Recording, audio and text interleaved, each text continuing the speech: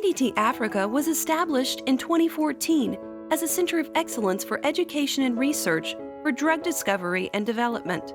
The idea for an Inno-Café, or Innovative Café, at CDT-Africa was developed in 2018.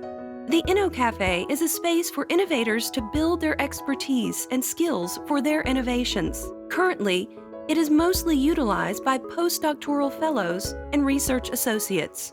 Dr. Yimtu Bizanash Wold Emanuel is the lead of the cafe. Our plan is to have a center for drug discovery, diagnostics. It will be a hub for our students in innovation. We want to have a state-of-art laboratory where people can really build their capacity instead of buying always drugs from developed countries. Africa is way behind many things. So especially now, COVID has shown us a lot that we need that capacity. So the cafe is in line with the vision of CDT-Africa to be a world-class center for groundbreaking therapeutic discoveries and development, particularly drugs tailored more for diseases in Africa. A mentored space dedicated for innovators. And the idea is really to encourage innovation, to encourage clear thinking. We really encourage any idea. We don't think any idea is bad or to use a bad word, stupid. So anyone with an idea can come, their ideas could be vetted, could be supported. So that's the whole idea of the Inno-Café. So we started product development really in 2018. And the natural antiseptic idea we were talking about, when COVID came, of course, we developed them into a proper product. It's pending regulatory approval to make it available for marketing. Currently, postdoctoral fellows are using the Inno-Café facilities to work on a range of products, including new therapeutics for underserved diseases, especially by utilizing resources in traditional medicine. Dr. Fozia Ali Adem is working on a treatment for scabies using traditional medicinal plants. Working on developing new drug for the treatment of scabies from traditionally used medicinal plant. So majority of the populations here in Africa highly affected by scabies. Dr. Gizachu Hisma completed his PhD in Japan in 2016 and joined CDT-Africa as a postdoctoral research fellow in 2019. His research is on diagnostic kit development. CDT-Africa is a new center which mainly focuses on medical product development or medical discovery. So my dream in the earlier times when I was doing my master's program and my PhD program was supporting developing countries to produce their own medical products, the drugs, the vaccines, and the diagnostics. So when I see the call from CDT-Africa, I was very interested to join this program. Since joining CDT-Africa, Gizachu has already benefited from training with an international private sector partner in South Korea. For the last 6 months, I was there in Korea just for capacity building training program on product development.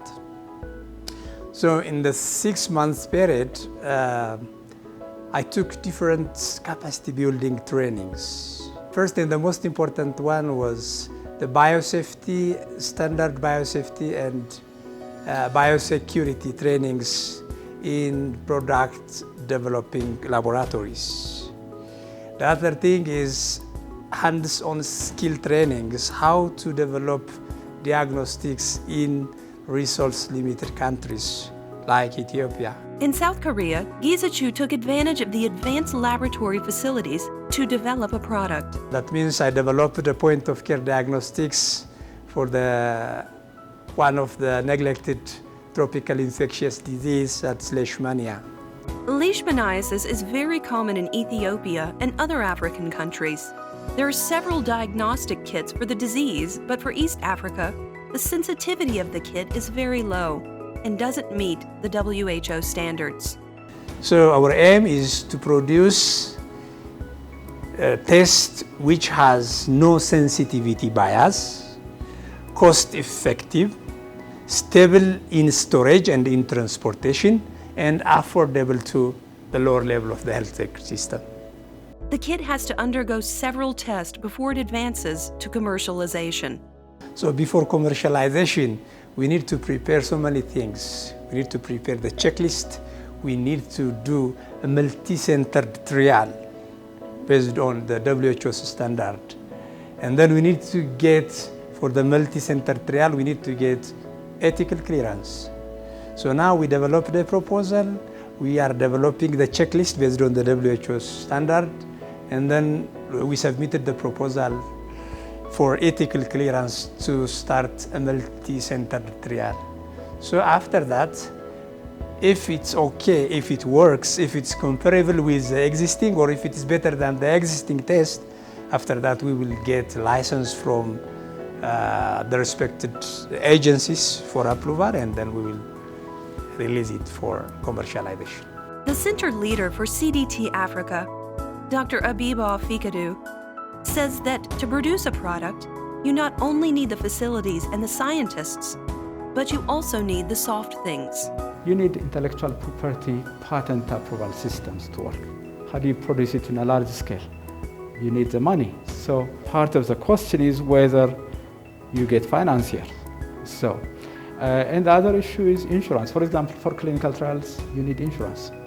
So what we are trying to do is to understand the broader innovation ecosystem. Another postdoctoral research fellow, Dr. Balette Adefris Lajes, is working on a drug development project in the synthesis of active pharmaceutical ingredients and natural product chemistry to develop herbal products for skincare topical application. Dr. Balette, who studied his PhD at Northeastern University in the US, is concerned about the poor support for researchers in Africa. Africa's research contribution is very poor, and the publication record is very poor. The Western countries, the researchers are the main or the key players for discovery and innovation, and also marketable products.